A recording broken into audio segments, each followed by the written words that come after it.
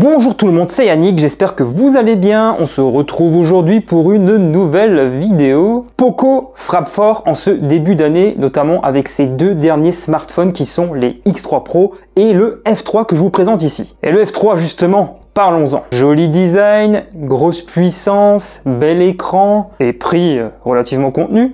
Bon, là je me rends compte que je me spoil un peu. Proposer des smartphones au rapport qualité-prix particulièrement agressif, c'est la mission de Poco. L'objectif est-il atteint avec ce F3? Quels sont les points forts? Quelles sont les concessions? C'est ce que nous allons voir tout au long de cette vidéo. Avant d'aller plus loin, pour ceux qui ne me connaissent pas, moi c'est Yannick, sur ma chaîne on parle de tech, que ce soit Poco, Xiaomi, Redmi, Realme, bref, plein de marques, mais pas que les smartphones d'ailleurs. Si tout ça vous intéresse, n'hésitez pas, abonnez-vous en activant la petite cloche, c'est gratuit. Vous pouvez aussi venir me rejoindre à travers tous les réseaux sociaux où je suis présent, les liens sont juste en bas en description. On va tout de suite s'intéresser par la boîte de ce smartphone. La boîte est noire avec quelques indications sur les specs et le nom du smartphone. Assez regardé, on ouvre. Smartphone, notice et autocollant, coque en silicone, un adaptateur jack vers USB-C, un chargeur rapide ici inclus, avec son câble USB. Voilà un petit peu tout ce qu'on retrouve à l'intérieur de cette boîte. On peut le dire là tout de suite, Poco n'a pas été radin en ce qui concerne vraiment le packaging de ce smartphone. On passe à la suite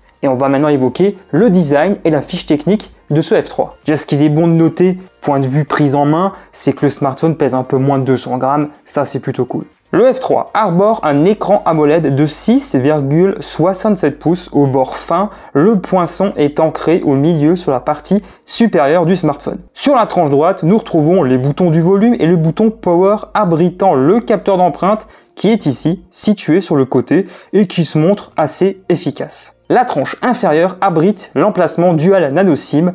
Notez qu'ici la mémoire n'est pas extensible via micro SD. Le port USB-C et une grille de haut-parleurs sont aussi disposés à cet emplacement. La coque est ici blanche et ne prend pas trop les traces de doigts. La marque apparaît sur le bas et le module photo est plutôt bien intégré, en tout cas moi je trouve. Passons à la suite en parlant fiche technique. Quelques petites choses à noter.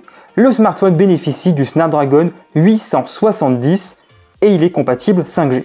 Le F3 bénéficie de 6 Go de RAM et 128 Go de stockage. Il existe aussi en 8 Go de RAM et 256 Go de stockage, en UFS 3.1 pour les deux variantes. Voilà pour la fiche technique, j'aurai bien entendu l'occasion de détailler les points les plus importants tout au long du reste de la vidéo. Je poursuis en parlant de l'écran de ce smartphone. Un écran AMOLED d'une dimension de 6,67 pouces. Cet écran affiche 2400 par 1080 pixels. Il bénéficie d'une luminosité de 900 nits. Notons que les pics atteignent 1300 nits. Il y a un mode soleil dans les paramètres, même quand la luminosité automatique n'est pas activée. L'écran permet de profiter d'une bonne expérience multimédia, notamment pour visionner du contenu en streaming, puisque l'écran est compatible HDR10+. Le taux de rafraîchissement peut atteindre les 120 Hz, paramétrable dans les réglages du smartphone. Le taux d'échantillonnage tactile est de 360 Hz et contribue à une interaction plus vive. Notons une compatibilité MEMC permettant de fluidifier la lecture des vidéos en augmentant la fréquence d'image des contenus affichés. Et il existe un traitement d'image propulsé par l'IA pour améliorer le rendu HDR. Bien entendu, la colorimétrie de l'écran est parfaitement ajustable selon ses propres goûts au sein du système d'exploitation. Je passe un très bon moment avec cet écran qui est très bon en toutes circonstances, notamment en jeu et en visionnage de contenu vidéo. Bref, c'est un super écran pour un smartphone vendu finalement à un prix très concurrentiel. Que demander de plus? Je n'ai rien à ajouter, on passe à la suite. On va maintenant parler un petit peu de MIUI 12, j'en avais déjà pas mal parlé lors de mon test du Poco X3 Pro. C'est une interface qui permet un haut niveau de personnalisation avec la possibilité de changer de thème très simplement et de tout personnaliser selon ses goûts. MIUI a introduit un centre de contrôle pour dissocier les actions rapides du volet de notification. Bien entendu, vous vous en doutez, c'est paramétrable. Notons la présence du tiroir d'applications que certainement beaucoup apprécieront. Le mode sombre est lui tout aussi efficace sur ce smartphone et possibilité aussi de le paramétrer. Le mode Always on Display participe à une bonne expérience sans être énergivore. Là aussi, vous pouvez paramétrer des petites choses, notamment ce que vous souhaitez voir affiché. L'application de sécurité permet une gestion en profondeur de son smartphone. Nettoyeur, analyse de sécurité, batterie, gestion des apps, test du réseau et j'en passe, il y a énormément de choses. Dans les petites choses que je regrette toujours, la pub dans certains recoins d'MIUI, bon, ça reste désactivable. Et il y a toujours trop d'applications préinstallées selon moi. Là aussi, il faut perdre un peu de temps pour supprimer celles qui sont indésirables. Vous l'aurez compris, j'ai vraiment passé un excellent moment avec MIUI, qui se montre très pratique et très personnalisable. Les animations aussi, qui sont nombreuses au sein du système d'exploitation, sont vraiment agréables visuellement. Parlons maintenant performance. Je rappelle, ce Poco F3 est propulsé par le Snapdragon 870. Ici, couplé à 6 Go de RAM. Comme vous vous en doutez, les jeux tournent très bien sur ce smartphone, même les plus gourmands, et ça, ce n'est pas franchement étonnant. Inutile non plus de dire que l'on peut bien entendu profiter de tous les contenus vidéoludiques en mettant les paramètres graphiques à fond. Que ce soit des jeux comme Genshin Impact ou Call of Duty, vous en aurez pour votre argent ici. Après une grosse session de jeu, je note une petite chose sur la coque arrière, mais ça reste franchement très correct. Mais en tout cas, ça ne m'a pas gêné. Bien entendu, j'ai fait tourner quelques benchmarks, regardez ce qu'il en est.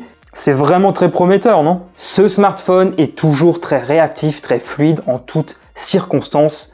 Ça, c'est vraiment cool. Les capteurs photo sont pratiquement tous identiques à ceux qui sont embarqués dans le X3 Pro, à l'exception du capteur macro qui gagne quelques mégapixels au passage. Je vous les présente. Le capteur photo principal capture des clichés à hauteur de 48 mégapixels, 12 mégapixels en automatique. Le second capteur est un capteur photo ultra grand angle de 8 mégapixels. Le troisième capteur photo est donc le capteur macro qui lui maintenant passe à 5 mégapixels sur ce modèle. Les photos sont très correctes pour un smartphone de cette gamme, bien que j'aurais aimé que Poco introduise un capteur photo un peu plus véloce pour marquer une vraie différence avec le X3 Pro. Mais dans l'ensemble, il s'en sort très bien. Il dispose d'une bonne plage dynamique, un bon niveau de détail lorsque les meilleures conditions sont réunies. Pourtant, il ne démérite pas en conditions de faible éclairage puisque le mode nuit reste très efficace, permettant de récupérer du détail et de la couleur même si le lissage est plus appuyé pour gommer le bruit. Le grand angle n'est pas mauvais et conserve un bon niveau de détail, mais n'est pas très bon lorsqu'il manque de la lumière, et de ce côté-là aussi, Poco a permis l'utilisation du mode nuit sur ce capteur. Ça, c'est plutôt une bonne chose. Le capteur macro profite d'un autofocus allant de 3 à 7 cm. Il se réveille meilleur que celui du Poco X3 Pro, mais toujours attention au tremblement. Il faut rester immobile pour ne pas louper ces clichés. Le capteur frontal, capteur des clichés, lui à hauteur de 20 mégapixels, je trouve plutôt bon. Le mode portrait s'en sort pas trop mal. Il faudra bien entendu être dans de bonnes conditions d'éclairage pour optimiser le rendu des photos. Donc là maintenant vous avez vraiment vu les photos dans les différentes conditions avec les 3 capteurs photos. Je vous propose maintenant de découvrir la vidéo et ce qu'il en est exactement. C'est parti. Le Poco F3 peut filmer jusqu'en 4K à 30 images par seconde avec le capteur photo principal. Avec le frontal, lui ce sera du 1080p au maximum.